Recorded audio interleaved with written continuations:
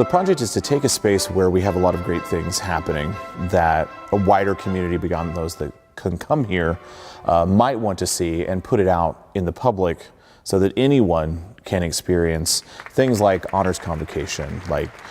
choral concerts, like the chapel service, like great speakers that would come for named lectures to campus, so that it can go to a wider amount of people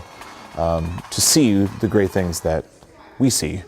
I don't think people realize how many great, amazing programs we offer at the college and events. It's hard enough for those of us who even live here and work here to attend all these amazing programs that we offer. And so having this new technology, live streaming in Dahl Chapel, is something that I've wanted ever since I started at Monmouth. What an amazing opportunity for us to share what we do with this wider audience, people who can't be here on campus and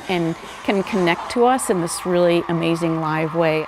They could just simply go onto their computer and log on and watch the event as it's happening, or on any kind of mobile device, or they'd have the ability to come whenever it's convenient for them and watch whatever they were looking for at any time.